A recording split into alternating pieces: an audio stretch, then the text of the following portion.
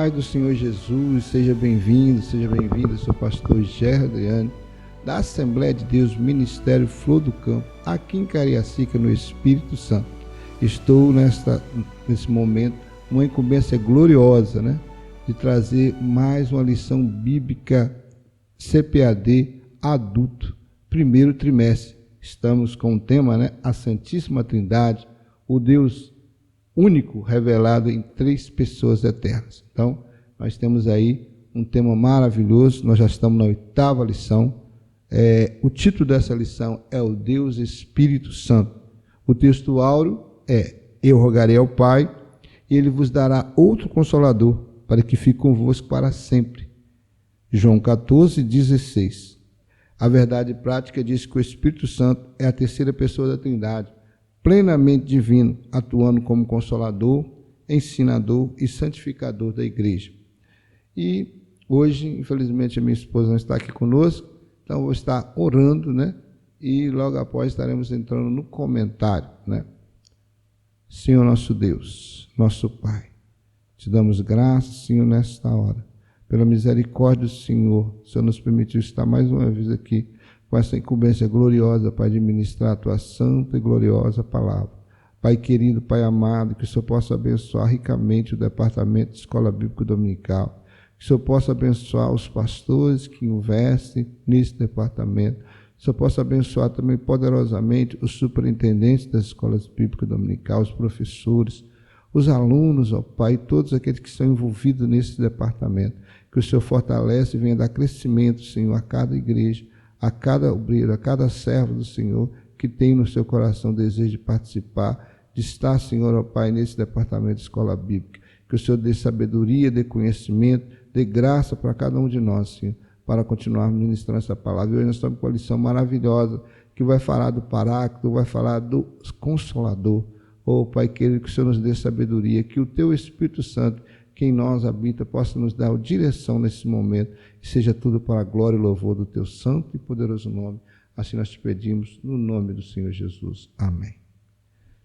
Leitura bíblica em classe se encontra em João, Evangelho de João, capítulo 14, do verso 25 até o verso 31, diz assim: tenho-vos dito isso, estando convosco, mas aquele Consolador, o Espírito Santo, que o Pai enviará em meu nome, vos ensinará todas as coisas e vos fará lembrar tudo quanto vos tenho dito.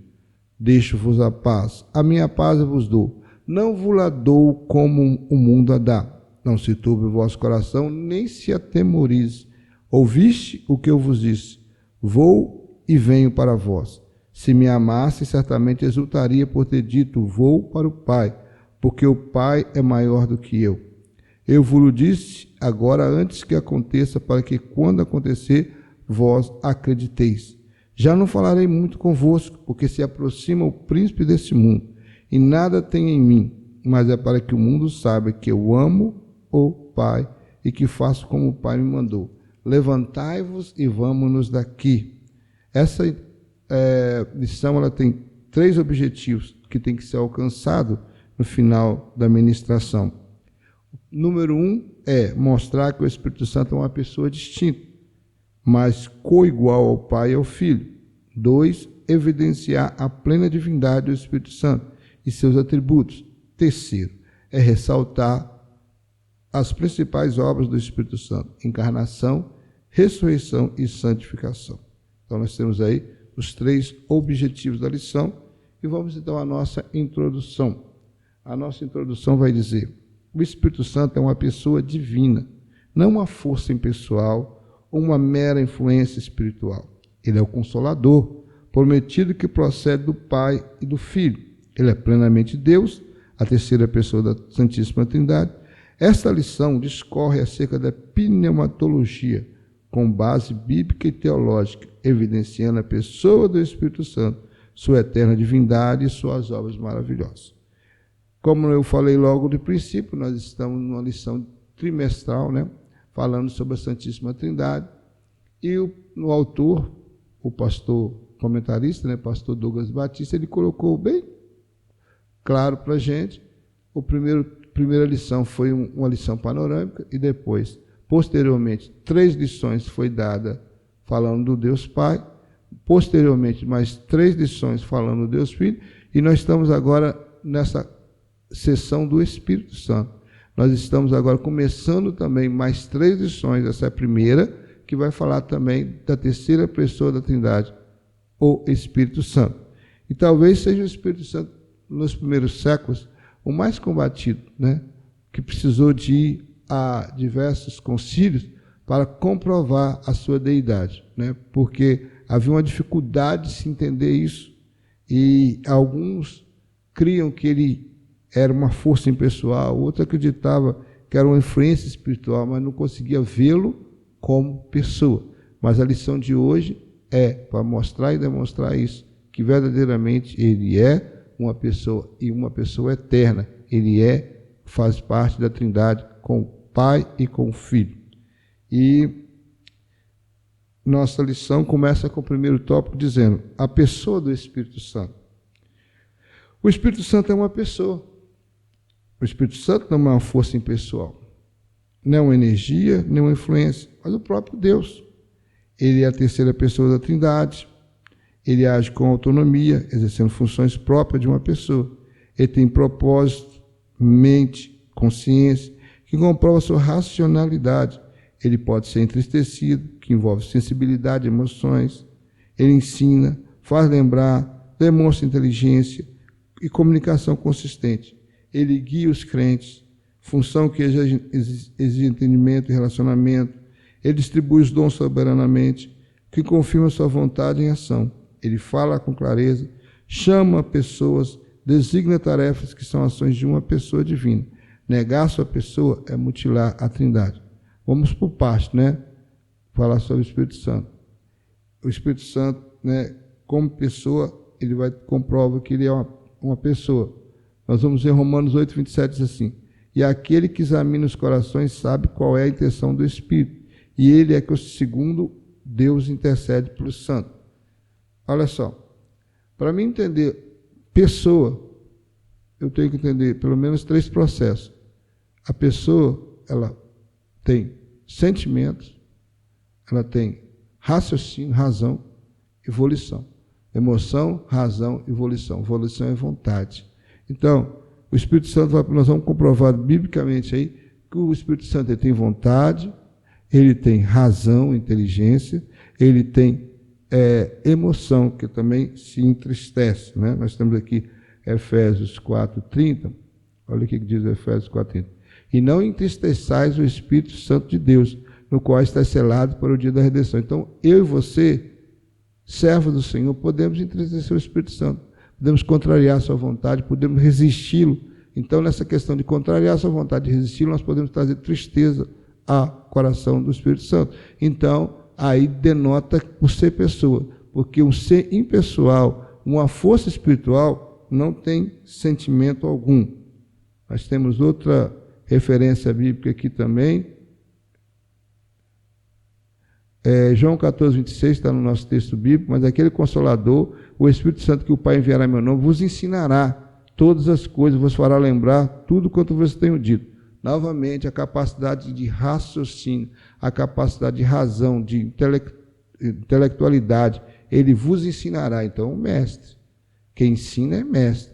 Então, ele vai ensinar todas as coisas e fará lembrar tudo quanto você tem dito. Então, mais uma vez, uma comprovação que ele é uma pessoa, não uma força, como algumas seitas, né? Algumas igrejas têm um pensamento totalmente contrário, trazendo esse tipo de heresia, colocando que o Espírito Santo é uma força ativa de Yahvé e não consegue vê-los como verdadeiramente uma pessoa. Ele guia os crentes, né? João 16, 13, eu não tenho aqui, 1 Coríntios 12, 11. Mas um só é o mesmo Espírito que opera todas essas coisas, repartindo particularmente a cada um como quer, né? Então, aqui na ação dos dons espirituais, ele é responsável, né, para distribuir os dons a toda a igreja. Então, como uma pessoa, como podemos dizer que ele não é uma pessoa, se ele tem essa capacidade toda, né, de agir com autonomia, exercer funções próprias de uma pessoa, ele tem propósito, ele tem mente, né? Nós vamos ver aqui em Atos 13, Olha a decisão do Espírito Santo. Atos 13, numa reunião lá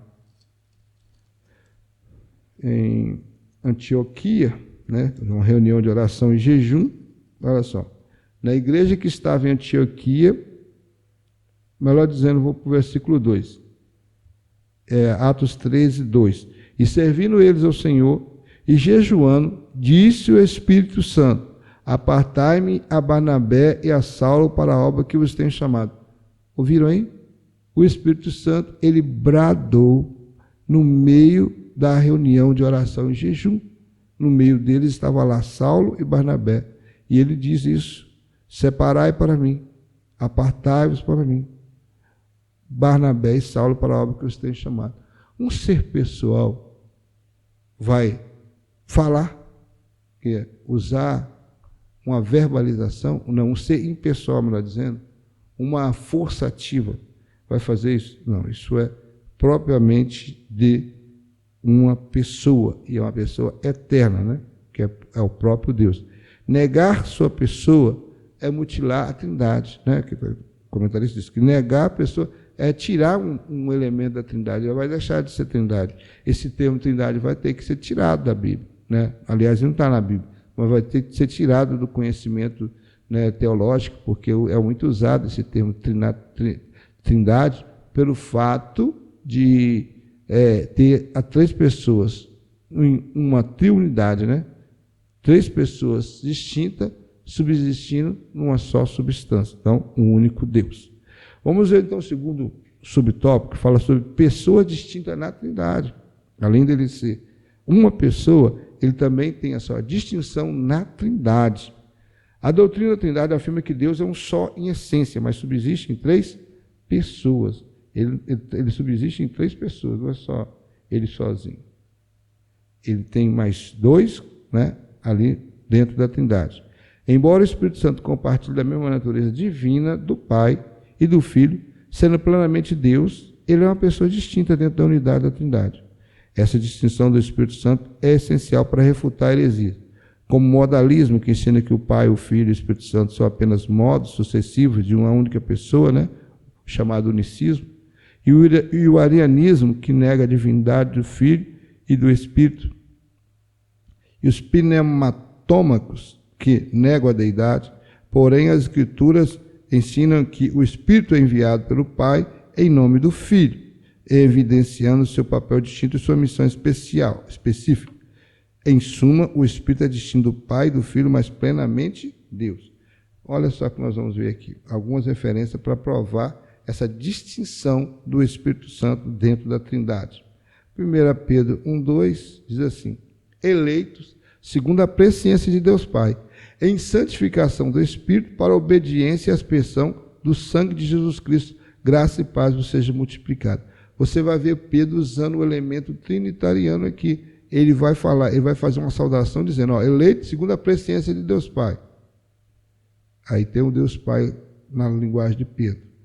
Em santificação do Espírito, mostrando os atributos do Espírito Santo, que é a santificação do homem, atributos comunicáveis aos homens. Para a obediência e a aspersão de quê? Do sangue de Jesus Cristo, porque quem morreu na cruz, quem derramou seu sangue foi a segunda pessoa da Trindade. Graça e paz vos seja multiplicada. Então aqui ele deixa bem claro para nós que verdadeiramente o Espírito Santo ele está distintamente e existe na Trindade.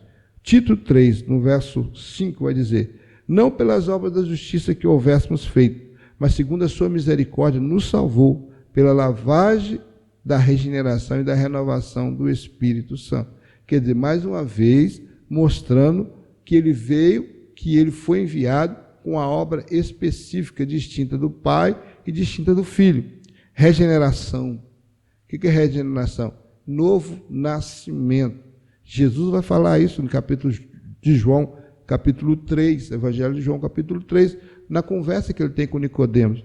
Necessário vos é nascer de novo. E ele vai citar o Espírito nesse novo nascimento. É necessário nascer da água e do Espírito. Então, é necessário. Então, quem faz o processo de regeneração, que faz com que nós nascemos de novo no reino dos céus, é o Espírito Santo. É ele que nos batiza no corpo místico de Cristo.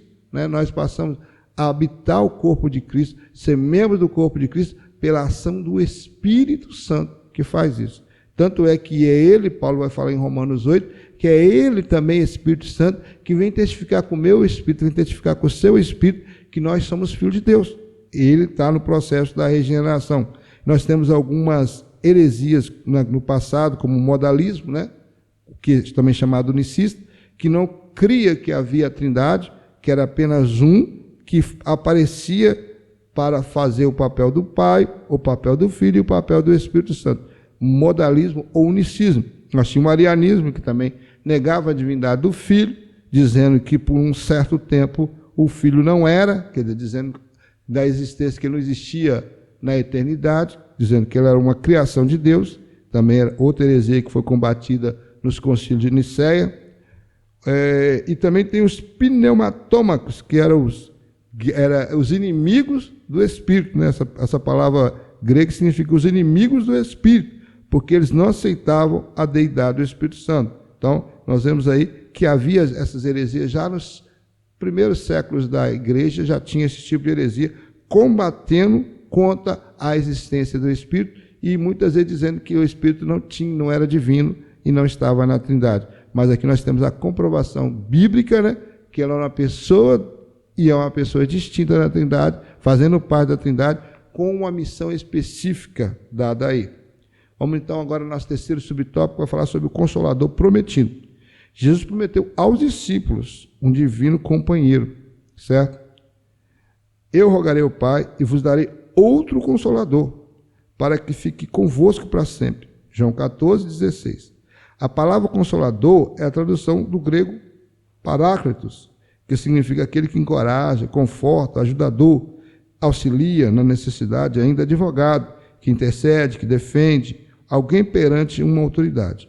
O vocábulo Paráclitos aparece 5 vezes no escrito de João, referindo-se tanto ao Espírito Santo como a Cristo. Nesse contexto, o Espírito Santo é chamado de outro Consolador, isto é, alguém da mesma natureza que Jesus. O Espírito Santo, portanto, não é inferior ao Filho, mas assume o papel da presença permanente de Deus na vida dos crentes. Vamos entender isso aqui, dentro desse texto que nos fora proposto aqui. João 14, 16 vai dizer: eu rogarei ao Pai, ele vos dará outro Consolador para que fique convosco. É o que nós já lemos aqui. E nós temos também outros textos que vai corroborar com esse aqui também. Filhinho, quando se trata de advogado, meus filhinhos, estas coisas vos escrevo. 1 João 2, 1. Filhinhos, meus filhinhos, estas coisas vos escrevo, para que não pequeis. Se alguém pecar, temos um advogado para com o Pai, Jesus Cristo justo. Então, aqui está usando o termo advogado para Jesus, mas essa palavra Paráclitos, ela vai usar também esse termo para o Espírito Santo. E é interessante quando falou aquele texto, né, que ele eu rogarei ao Pai e vos darei outro Consolador. Esse outro aqui não é um outro diferente, que seria, no grego seria héteros, é o halos, que no grego significa semelhante, similar, igual. Estou dizendo, eu vou para o Pai e vou rogar ao Pai que mande um outro Consolador, semelhante a mim. Jesus está dizendo assim, igual, semelhante a mim. Ele vai lembrar, ele vai vos fará lembrar da minha obra, ele vai me glorificar. Então, esse é o outro Consolador prometido. Esse Consolador prometido é o legítimo Espírito Santo, que viria para substituir a Cristo. Quando Cristo falou, eu vou subir para o Pai, mas não vos darei, serei órfão. Espera a promessa do Pai que vai se cumprir. Ficar em Jerusalém até que do alto seja revestido de poder. Então, todas essas promessas, era a promessa da vinda do Paráclito. Nós temos outras referências bíblicas para falar a respeito desse cidadão, que nós não podemos esquecer. Deixa eu ver aqui. João 16, 7. Todavia vos digo a verdade, que vos convém que eu vá, porque se eu não for, o Consolador não virá a vós, mas se eu for, enviar-vos-ei. Quer dizer, é uma promessa, mais uma vez ratificada aqui. Jesus dizendo, olha, é necessário que eu vá, para que ele venha, né? Porque é interessante a questão da Trindade, né? O Pai, o Filho e o Espírito Santo. Eles têm uma harmonia perfeita. Nós estamos falando isso desde o princípio, desde a primeira aula, desde a primeira lição, da harmonia perfeita da Trindade. Então, um não intervém na obra do outro, né?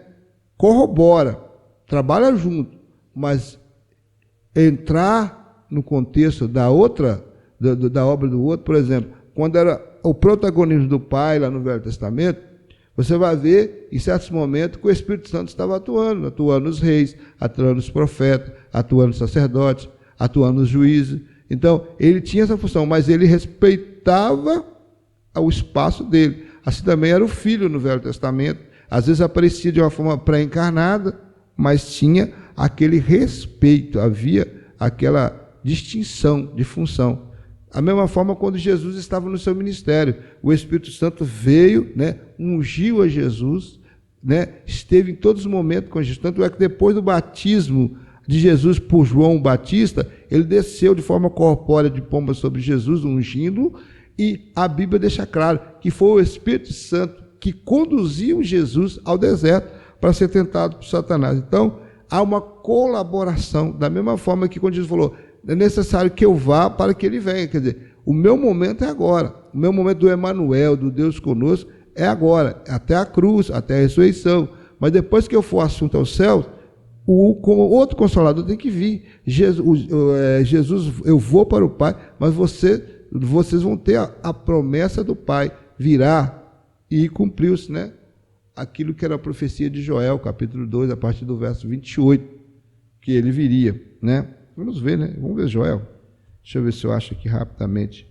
Joel, que eu não separei, não reservei aqui, mas vamos que eu consigo achar aqui. Joel 2. Achei Joel 2, 28. Olha só.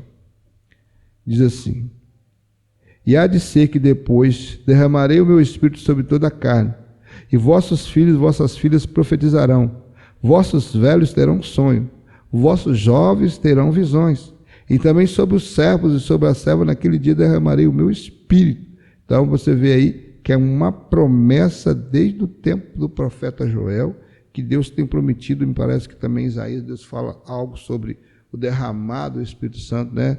É como chuvas em terras secas. Então, sempre Deus deu essa promessa. O Joel é chamado o profeta do avivamento, né? Do derramado do Espírito Santo, do Pentecoste, pelo fato dele falar dessa promessa. E foi esse texto, né, bíblico, é que o apóstolo Pedro, na primeira mensagem da igreja, depois do derramado do Espírito Santo, é que vai falar que era o cumprimento da profecia de Joel 2, a partir do verso 28. Então, nós temos aí que esse Consolador foi prometido lá no Velho Testamento e vamos cumprir aonde? Em Atos 2, que nós temos aqui, ó.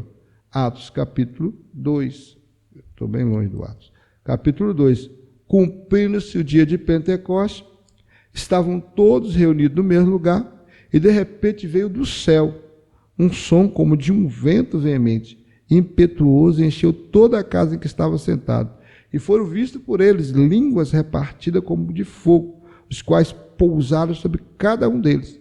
E todos foram cheios do Espírito Santo e começaram a falar em outras línguas, conforme o Espírito lhe concedia que falasse. Então nós temos aqui esses 3 primeiros versículos mostrando claramente, na verdade o 4º versículo, claramente que Joel prometeu no Velho Testamento e agora no capítulo 2 de Atos dos Apóstolos, o cumprimento verídico e fiel da promessa do Pai e que viria, que Jesus falou que aconteceria naqueles dias. Então, o Consolador prometido veio. Vamos agora para o segundo tópico, né? Falando sobre a divindade do Espírito Santo. Falando sobre a divindade do Espírito Santo. O debate filioque. Vamos ver o que é isso. Que nome esquisito é esse? Debate filioque. A expressão latina filioque significa e do filho foi inserido no credo niceno constantinopolitano para reafirmar o ensino bíblico que o Espírito Santo procede do Pai e do Filho. O Espírito Santo, que é o Pai, enviará em meu nome. Se alguém não tem o Espírito de Cristo, esse tal não é dele. Romanos 8, 9. Deus enviou aos nossos corações o Espírito de seu Filho, Gálatas 4, 6. Esse debate ocorreu no século IV, em virtude das heresias do arianismo, do pneumatômacos. Em 381, após confirmar que o Pai, o Filho e o Espírito Santo possuem a mesma essência divina, a Igreja aprovou o credo, que ratificava as Escrituras e professava a fé. No Espírito do Santo, Senhor que dá a vida, e procede do Pai e do Filho, e com o Pai e o Filho é adorado e glorificado. Então nós temos aqui, o que é o debate filioque? Essa expressão latina é que ele veio do... Então, que faço o Espírito Santo que o Pai enviará em meu nome. O Espírito Santo ele procede do Pai e do Filho. Esse procede aí significa não é que ele originou, surgiu o Pai e o Filho, fez surgir o Espírito Santo, não. Lembre-se que ele é Deus, e como Deus, ele é um ser incriado.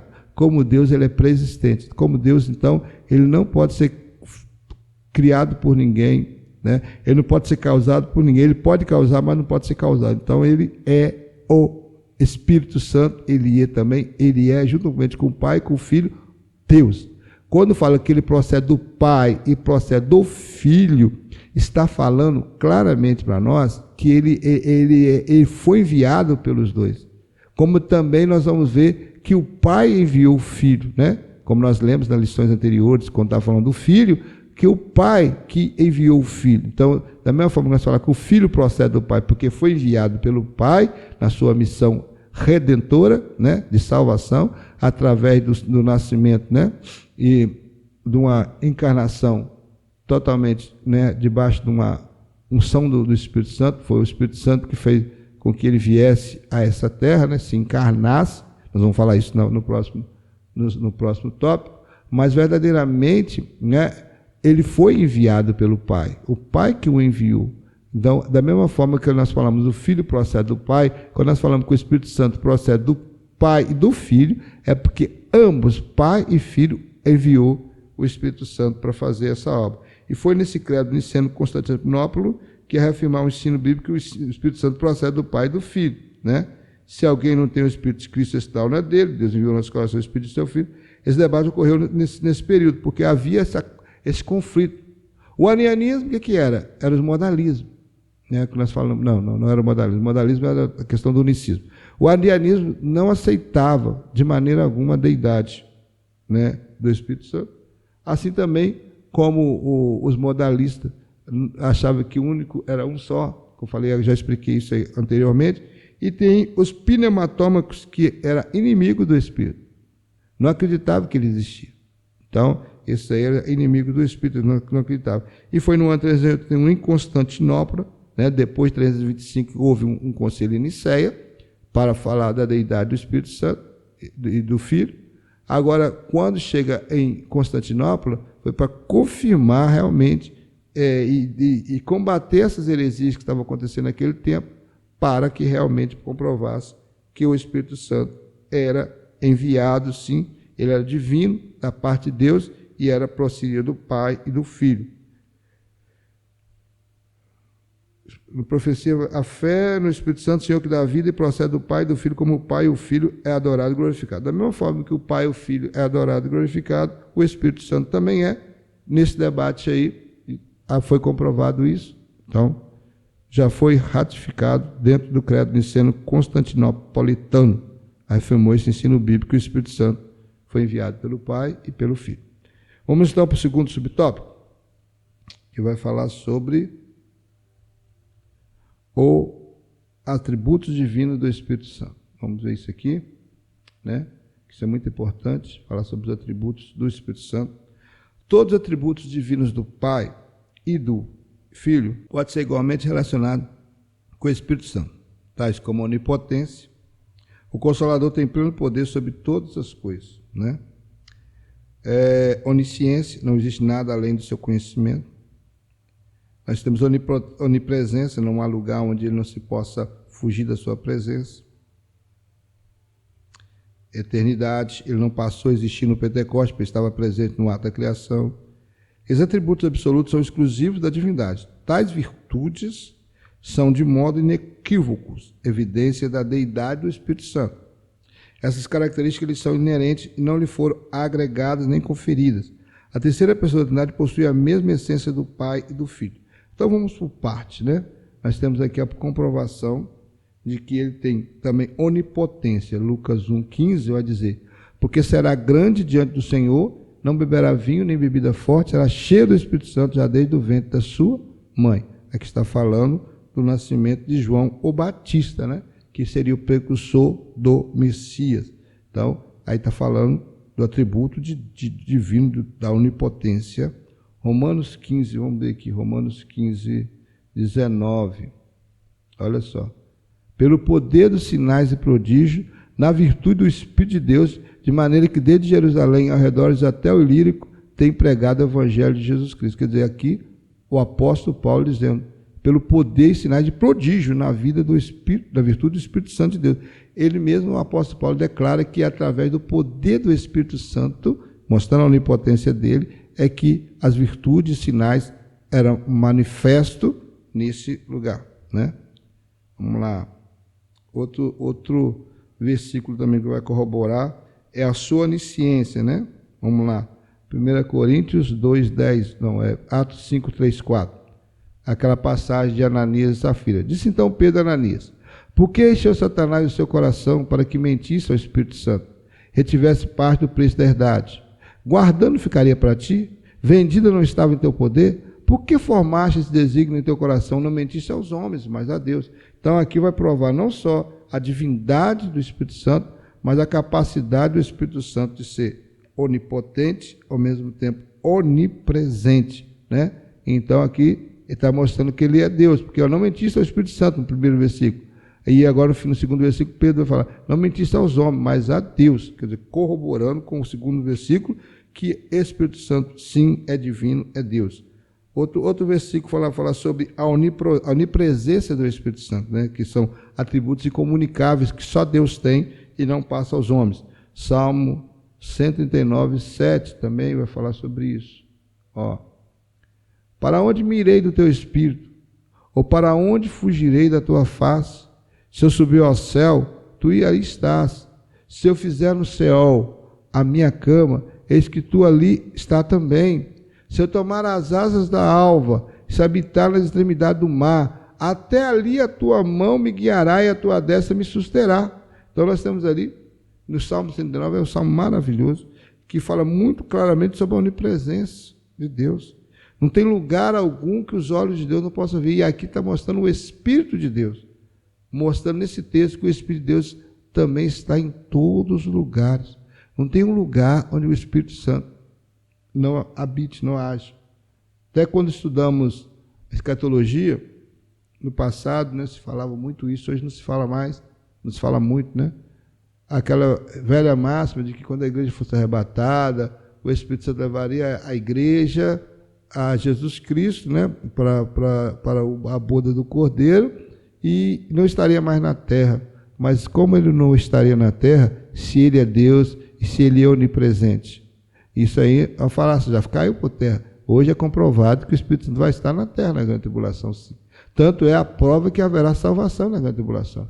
Então, como haverá salvação na grande tribulação, isso é comprovadamente que verdadeiramente, mais uma vez, é comprovado que verdadeiramente o Espírito Santo ele é onipresente, porque ele vai estar. Ele vai levar a igreja, sim, que é uma promessa bíblica, mas ao mesmo tempo ele vai estar na terra e vai haver muita salvação também na grande tribulação, no momento, né, de grande sofrimento que haverá na terra depois da igreja ser arrebatada. Mas não é nosso assunto, então vamos continuar aqui falando sobre os atributos divinos do Espírito Santo. Nós temos também que ele também é agente criador, né? No princípio criou Deus, Gênesis 1 e 2. Está assim, ó, no princípio criou Deus os céus e a terra era sem forma e vazia, e havia trevas sobre a face do abismo, e o Espírito de Deus se movia sobre a face das águas. Então, aqui prova que o Espírito de Deus estava também como agente criador, juntamente com o Pai e com o Filho. Porque o termo aí para Deus no princípio, é Elohim.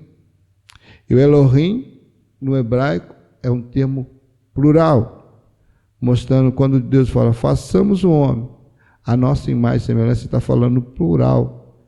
É um ser que subsiste em 3 pessoas distintas e que vai fazer um ato.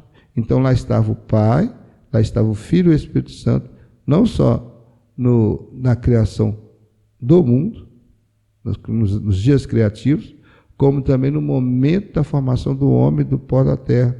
Estava lá o Pai, estava lá o Filho, estava lá o Espírito Santo. Então a prova que também estava nos atos criativos. Então ele não passou a existir a partir do Pentecoste, não. Pentecoste foi um momento que inaugurou, né, o protagonismo do Espírito Santo agora na igreja. Fechou o tempo em que Jesus teve seu protagonismo até a cruz, né, até a sua ressurreição, né, para a justificação da igreja, e agora o Espírito Santo é que atua através da igreja. Como eu sempre falei, não há separação entre eles. Não quer dizer que o Pai não age no tempo da igreja, que o Filho também não age no tempo da igreja. Só que hoje a igreja está debaixo da direção do Espírito Santo que habita na igreja. Olha que coisa gloriosa, irmãos. A terceira pessoa da Trindade possui a mesma essência do Pai e do Filho. Não tem conversa, né? Por mais que as pessoas tentam tirar essa essência, tirar essa divindade do Espírito Santo, ele é Deus. Vamos para o terceiro subtópico desse segundo tópico, que vai falar sobre os símbolos do Espírito. Os principais símbolos representativos do Espírito Santo são fogo, utilizado para retratar o batismo no Espírito Santo, no Espírito, né? Atos 2, 3, né? Quando as línguas de fogo caíram sobre a cabeça dos... Viram, né? Como línguas de fogo. Eu até li aqui agora, Atos 2, o verso 3, está aqui. Diz assim... Papai do céu, aqui, Atos 2, 3. E foram vistas por eles línguas repartidas como que de fogo, os quais pousaram sobre cada um deles. Essa é de verbo como, nós temos que entender que é similaridade. Tem pessoas que falam assim, por exemplo, de repente veio do céu um som como de um vento veemente. Aí tem pregadores que falam que o vento encheu aquele cenáculo. Espera aí, um som. É um som, como de um vento. Não quer dizer que é vento. É só o som do vento. Entendeu? É o som do vento. Não é o vento, propriamente dito. Então você vê que a mesma coisa é no terceiro versículo. E foram vistas por ele línguas repartidas como que de fogo. Eles viram, mas era algo espiritual. Tanto é que ninguém saiu lá queimado, né? É algo de Deus, era um símbolo do Espírito Santo, o fogo. Que o fogo tem o poder de purificação, também tem o poder de juízo, né? Nesse caso aí era o poder de purificação, transformando aquelas vidas, enchendo elas do Espírito Santo de Deus. Então, após esse fogo, né? Todos foram cheios, no versículo 4, fala, todos foram cheios do Espírito Santo. Então nós vemos aí o batismo no Espírito. Simboliza pureza, presença e poder de Deus. Água, o Espírito foi fluido da palavra como águas vivas, que refrigeram o crente, reveste de poder.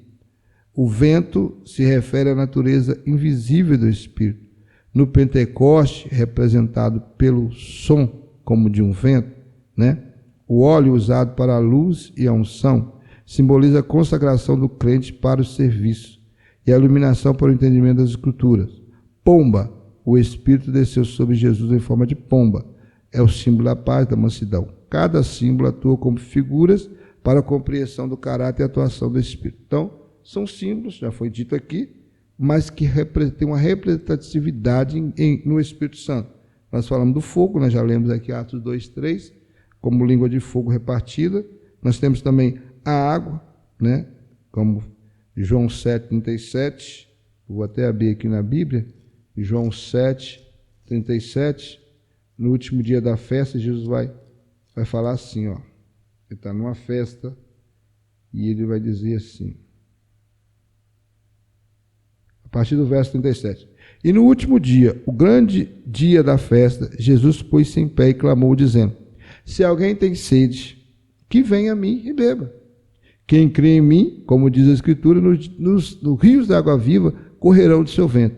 E isso, disse ele, do Espírito que havia de receber os que nele crescem, porque o Espírito Santo ainda não fora dado, porque ainda Jesus por ainda Jesus não ter sido glorificado. Então, tudo tem o seu tempo. Ele estava apenas aí trazendo uma profecia. Aquele que quiser vir a mim, beba. Tem sede, venha a mim e beba. Porque o que crê em mim vai beber a água, vai soltar rios de água viva e correrão do seu ventre. Quer dizer, isso está dizendo, sabe de quê? Está dizendo claramente da ação do Espírito Santo que viria, o derramado do Espírito Santo. Só que aconteceria a partir da sua glorificação. Enquanto ele não fosse glorificado, falamos na lição passada, né, sobre a exaltação de Jesus. Primeiro ele foi humilhado, a primeira etapa, humilhação.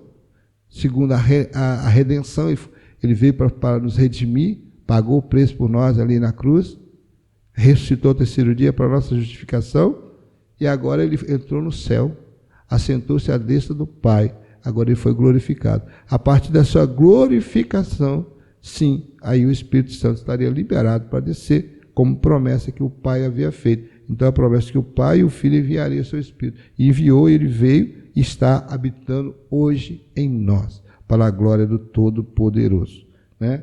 Vamos continuar aqui, porque o tempo não nos espera. O óleo, o óleo usado para a luz e unção. Nós temos simbolismo aí, não esqueci, falei do óleo, mas não falei do vento, do vento.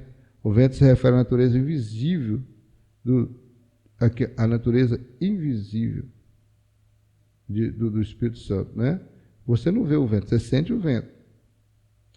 É assim a coisa? Você sente o vento, mas você não vê ele. Então, deixa eu olhar aqui se eu acho o versículo aqui que fala sobre isso. João 3,8. Olha, lá no texto de João 3, verso 8, assim: o vento ele assopra onde quer, ouve sua voz, mas não sabe de onde vem, nem para onde vai. Assim é todo aquele que é nascido do Espírito. Então, todo aquele que é nascido do Espírito é como o vento. Você ouve o barulho dele, muitas vezes você não sabe nem de onde que vem, mas nem para onde que vai. Você sente que é de onde que está vindo, porque ele vai bater em você, você vai sentir ele. Mas é totalmente invisível, mas você sabe que o vento existe. Assim também é os que é nascido do Espírito Santo. É um símbolo, o vento é o símbolo também do Espírito Santo. Nós temos também o som, de um vento no momento de Atos 2, e o óleo também usado para a luz e unção. Nós temos 2 Coríntios 1, 21, mas que nos confirma convosco em Cristo, que nos ungiu é Deus, e que também nos selou e deu penhor do Espírito em nossos corações. Então, fala do óleo, fala da unção. Quando tem palavra ungir, está se referindo ao óleo da unção, Alguma forma. 1 João 2, também, verso 20, diz assim: e vós tendes a unção do santo, e sabeis tudo. Não vos escrevi porque não soubesse a verdade, mas porque a sabeis, e porque nenhuma mentira vem da verdade. Então, nós sabemos que essa unção do santo é a ação do Espírito Santo em nossa vida. E aí, João vai falar sobre isso. Pomba, é aquela passagem em que João Batista está ali, e João Batista, ele vai ver, no momento do batismo de Jesus, o Espírito descer sobre ele de forma corpórea de uma pomba. Ele mesmo testificou isso, que o que mandou a batizar, aquele que me mandou a batizar, me falou que esse era o sinal daquele que batizava com o Espírito Santo e com fogo, que viria sobre ele o Espírito Santo em forma corpórea de uma pomba. Isso se cumpriu no dia do batismo de Jesus. A Trindade se manifestou. Lá estava o Filho sendo batizado por João, lá estava o Espírito Santo descendo com uma forma corpórea de uma pomba, e a voz do céu dizendo: esse é meu Filho amado, em quem tenho comprazido. Amém? Vamos para o nosso terceiro tópico, para nós fecharmos a nossa lição. Está escrito aqui a obra do Espírito Santo. O Espírito Santo é a encarnação do Filho. O Espírito Santo é a encarnação. Vamos explicar esse negócio aqui, porque para que os irmãos entendam, A encarnação do Filho de Deus revela o papel do Espírito como agente divino na concepção de Jesus. Descerá sobre ti o Espírito Santo, e a virtude do Altíssimo te cobrirá. O santo que te há de nascer será chamado Filho de Deus. Lucas capítulo 1, verso 35. O Espírito Santo, em união com o poder do Pai, atua de modo sobrenatural no ventre de Maria. Embora Jesus tenha sido concebido pelo Espírito, ele é filho do Pai, pois foi gerado na eternidade. O evento é uma ação trinitária. O Pai envia o Filho. Gálatas 4:4. O Filho assume a forma humana. O Espírito realiza o milagre da concepção. Nós vemos aí, né? A divindade do Espírito é confirmada por sua participação direta na encarnação do Verbo, uma obra que somente Deus poderia realizar. Então, a primeira obra do Espírito Santo, nós vamos destacar aqui agora, é a questão da encarnação do Verbo. Não é a encarnação de qualquer um, não. A encarnação do Verbo. Agora o Filho de Deus vai se tornar Filho do homem. Então, o Espírito Santo vai agir nesse momento aí.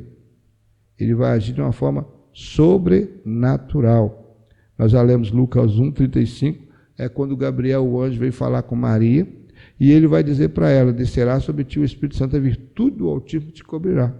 Então, a prova é que, quando ela questiona com o anjo: eu sou virgem, sou solteira, não tenho homem, não tenho marido. Ela estava desposada de José, mas ia casar ainda. Sou virgem, como isso se dará? E aí o anjo vai explicar para ela: o Espírito do Senhor Santo vai descer sobre você e vai te cobrir, e a virtude do Altíssimo te cobrirá. A concepção, vou repetir mais uma vez aqui, irmãos, que eu falei em outras lições. A concepção de Jesus foi miraculosa. Foi um milagre da parte de Deus colocando Jesus no ventre de Maria. Então, mais uma vez, eu falo aqui, não tente explicar de uma forma biológica, de uma forma natural, aquilo que é sobrenatural. A gestação de Jesus, o seu nascimento foi de forma natural. Isso, não tenho medo de falar. A gestação foi 9 meses, como qualquer criança é gerada. Teve o momento do parto, né, ali em Belém, naquela estrebaria, não teve lugar para levar para hospitais ou para hospedaria, ia ali para aquela estrebaria, um curral, onde uma manjedoura foi o berço de Jesus, o lugar que os bois se alimentavam. Então, ali se deu o parto daquela criança. Aquela criança nasceu de uma forma natural. O Filho de Deus, 100% homem, 100% Deus. Mas a sua concepção foi de uma forma miraculosa. Eu vou sempre repetir isso aqui e frisar: milagre não se explica. Toda vez que tentamos explicar o milagre, não nos damos vazão para comentários fora do propósito bíblico, né? Então nós temos que centrar na Bíblia. Então nós temos aqui Lucas 1:35, foi lido. Também tem Mateus 1:18. Olha só o que Mateus 1:18 vai dizer: ora, o nascimento de Jesus Cristo foi assim: estando Maria, sua mãe, desposada com José, noiva de José, antes de se ajuntarem, de casarem, achou-se concebida do Espírito Santo. Concebida do Espírito Santo. O Espírito Santo concebeu, né, o filho no ventre de Maria. Então, ela não teve nenhum relacionamento com José, então ela foi a mãe que recebeu o Espírito Santo, colocou nela para que fosse gestado no seu ventre o Filho de Deus. Ele é filho do Pai, pois foi gerado na eternidade. Então, ele não deixou de ser filho do Pai. Ali naquele momento, ele se tornou, naquele momento, ele estava se tornando filho do homem, né? Nascendo como homem, sendo gerado como homem no ventre. Foi então sendo encarnado como homem no ventre de Maria. Mas ele nunca deixou de ser filho do Pai, porque ele é eterno. Nós vamos João 1, né, que nós já conhecemos muito. No princípio era o Verbo estava com Deus e o Verbo era Deus. Gálatas 4:4 vai dizer que, mais vindo a plenitude dos tempos, Deus enviou seu Filho, nascido de mulher, nascido sob a lei. Então, aqui mostrando mais uma vez Jesus se manifestando. O Filho de Deus, o Eterno, o Todo-Poderoso, a segunda pessoa da Trindade, agora se manifestando como Filho do homem, nascido de mulher e nascido sob a lei, porque foi na lei que Jesus nasceu. E ele foi cumpridor de toda essa lei, né? Vamos ver também Filipenses 2:7, vai dizer: ele também aniquilou-se a si mesmo, tomando a forma de servo e fazendo-se semelhante ao homem. Então, mesmo ele sendo Deus, ele aniquilou-se a si mesmo, quer dizer, ele tirou as prerrogativas de filho, é do Filho, né? De Deus. Ele deixou as prerrogativas divinas, não deixando de ser Deus, mas deixando a sua glória, o seu poder, se tornando um homem, né? 100% homem, 100% Deus, e agora se fazendo forma de servo, fazendo semelhante aos homens, se humilhando, né? Nós falamos muito sobre isso na lição passada. Até quero justificar, né? Não tivemos o vídeo da lição passada por situações que não teve, né, como fazê-lo, né? Então, quero até pedir perdão aos irmãos, alguém deve ter esperado nós termos feito a lição 7, não fizemos aqui em vídeo, demos aulas presenciais da nossa igreja, mas no vídeo realmente nós não fizemos, ficamos em dívida com os irmãos. E aí, continuando aqui, nós já lemos esse primeiro tópico que falou sobre a encarnação do Espírito de Jesus, né? Vamos então o Espírito Santo e a ressurreição. O Espírito Santo e a ressurreição. A vida e o poder sobre a morte são atribuições exclusivas de Deus. Nesse sentido, a ressurreição de Cristo é uma obra da Trindade. O Pai ressuscitou o Filho, Atos 2:24. O Filho declarou possuir poder para dar a sua vida e retomá-la. Ele é a própria ressurreição, João 10:18. O Espírito Santo é o agente vivificador. E se o Espírito daquele que dos mortos ressuscitou a Jesus habita em vós, aquele que dos mortos ressuscitou a Cristo também vivificará o vosso corpo mortal pelo seu Espírito em que vós habita. Romanos 8:11. Paulo atribui ao Espírito Santo a ação direta na ressurreição e afirma que esse mesmo, o Espírito, habita nos crentes, garantindo a ressurreição final, uma ação que apenas Deus é capaz de executar. A atuação do Espírito nessa obra comprova a sua plena divindade. Nós temos aqui alguns textos que vai corroborar também que o Espírito Santo é o agente que ressuscitou a Cristo, mas nós temos aqui a prova que a Trindade está envolvida na ressurreição de Cristo. Nós temos Atos 2:24, onde fala assim: a qual Deus ressuscitou, solto as ânsias da morte, pois não era possível que fosse retido por ela. Até eu brinquei na igreja que a morte passou por uma situação difícil quando viu Jesus lá no Hades, porque o salário da morte era o pecado, mas quando eles olham para Jesus, não tem pecado. Como reter esse cidadão aqui? Como segurar ele aqui, se verdadeiramente ele não deveria estar aqui, porque ele não tem pecado. Quem vem para cá é quem tem pecado, ele não tem. Então, mas aqui é categórico que Deus, o Pai, ressuscitou ele, estando ele já no ventre da terra, né, quando ele foi morto. Outro versículo que vai falar sobre isso, né? João 10:18. Agora é Jesus dizendo: ninguém me tira de mim, mas eu de mim mesmo a dou. Tenho poder para dar e poder para tornar a tomá-la. Este mandamento é recebido do meu Pai. Ele está falando da sua própria vida, né? Ele está falando da sua própria vida. João 10:18, olha só, vamos ver o 17. Diz assim: por isso o Pai me ama, porque dou a minha vida para tornar a tomá-la, né? Então, ele doa a minha vida para tornar a tomá-la. Ele vai dizer: então, esse mandamento eu recebi do meu Pai. Tenho poder para dar e poder para tornar a tomá-la. Então, aqui está dizendo, mais uma vez, que Jesus está dizendo: eu posso voltar atrás, né? Eu posso, sim, ressuscitar.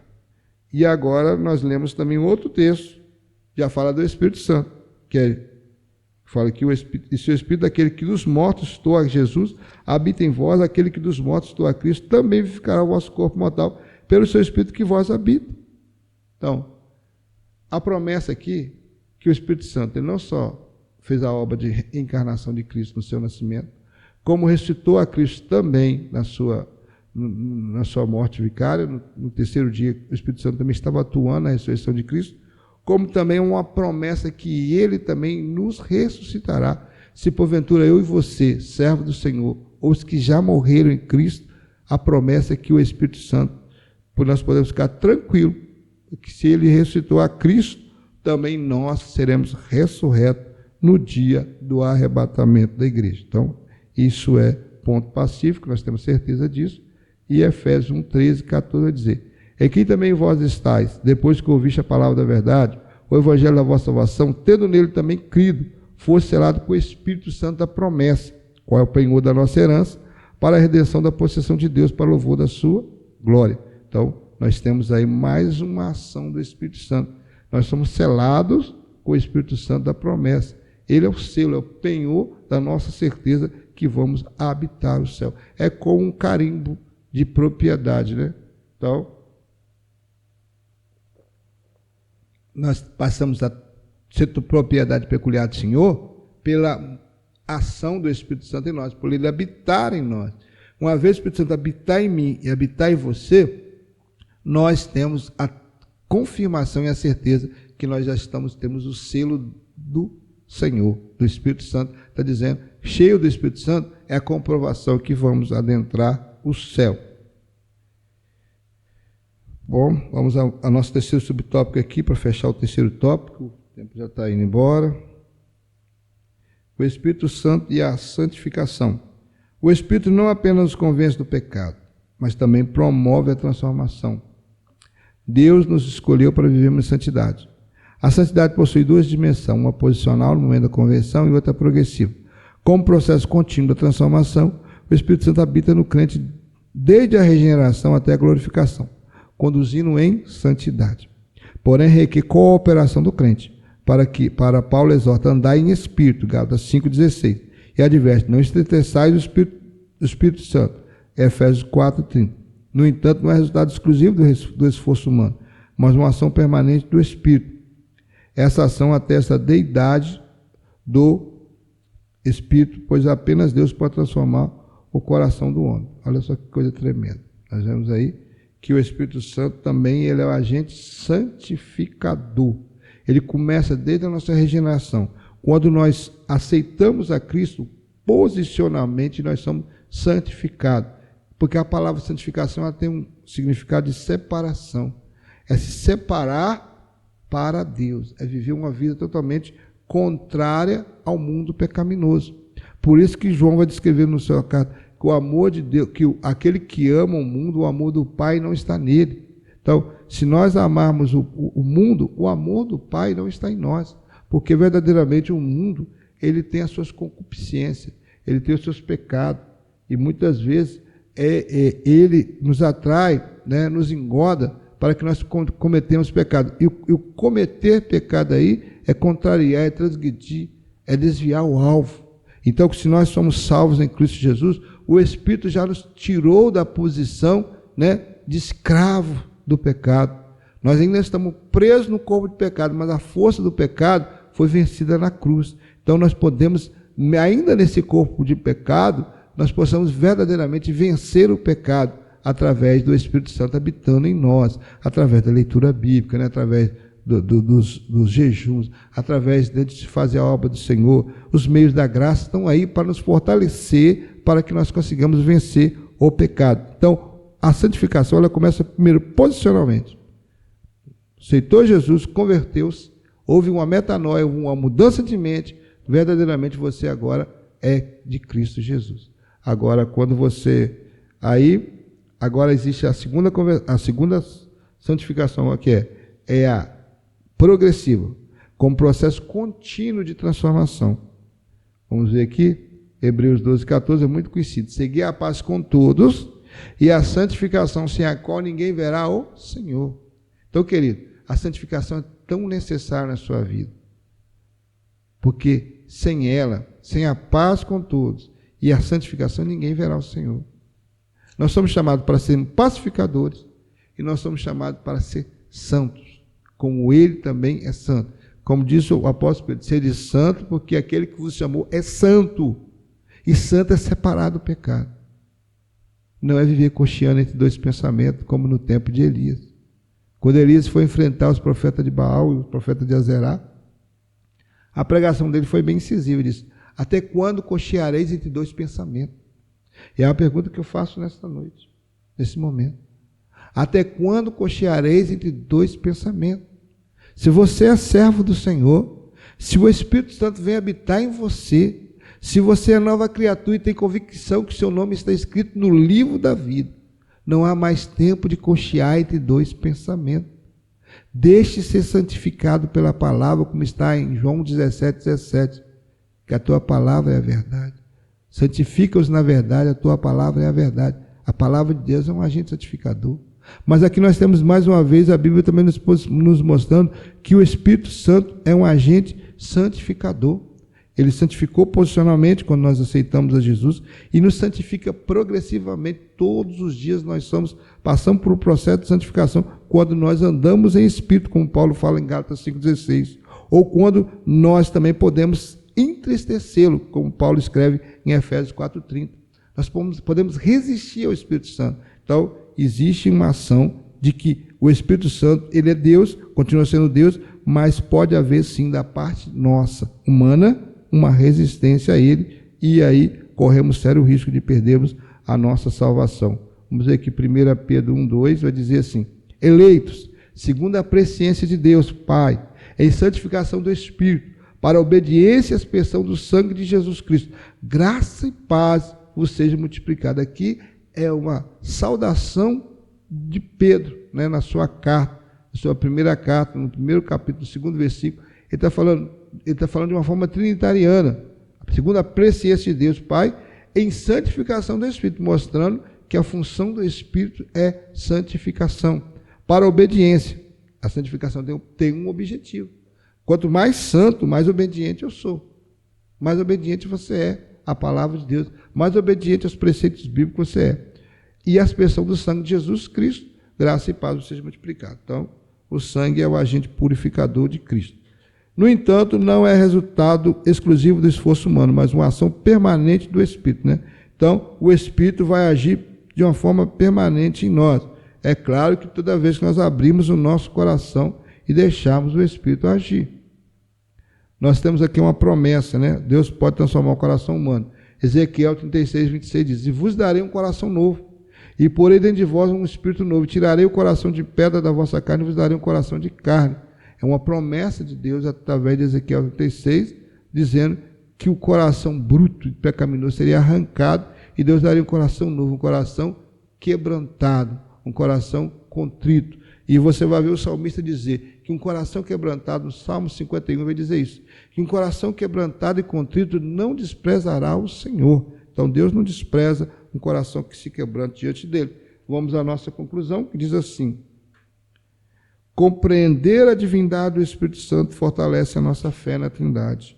O Espírito é distinto do Pai e do Filho, mas coigual em essência, poder e glória. Como Consolador, ele continua a obra de Cristo e habita na vida dos crentes. Sua presença é viva e transformadora, indispensável na edificação, ensino e missão da igreja. Que todos nós vivamos guiados pelo Espírito até que o Cristo volte. Então é necessário, para que nós alcancemos o objetivo maior da igreja, é as mansões celestiais, é encontrar com Jesus Cristo nos ares, verdadeiramente é sermos cheios hoje do Espírito Santo, sermos habitação do Espírito Santo, porque ele não só é o penhor da nossa salvação, né, é o selo, é a marca de Deus em nós, né, é a comprovação que eu e você vamos habitar o céu. Quando Jesus em Mateus 25 fala das 10 virgens, das 5 loucas, 5 prudentes, está falando sobre isso. Os prudentes são aqueles que se mantêm cheios do Espírito Santo, porque eles sabem que ser cheio do Espírito Santo é a marca para o arrebatamento. Agora, os loucos são aqueles que estão andando de forma totalmente aleatória, o que a Bíblia fala.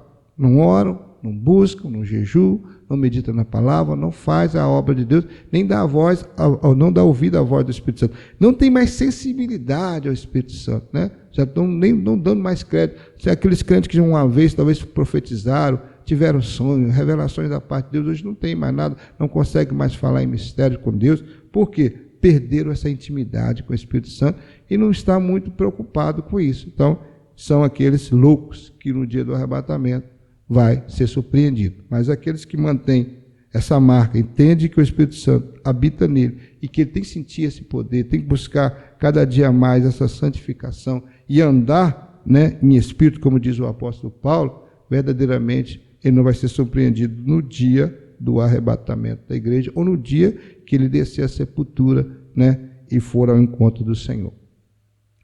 Então, nós estamos terminando esse vídeo, pedindo aos irmãos que participe da Escola Bíblica Dominical. É sempre o nosso conselho aqui. Nós estudamos esse vídeo aqui, mas é necessário você estar numa escola, numa aula presencial, juntamente com o seu professor. E não esqueça também, ao ver esse vídeo, dar o seu like, compartilhar, se inscrever no canal, né? Mandar seus comentários. Amém? Que Deus em Cristo vos abençoe.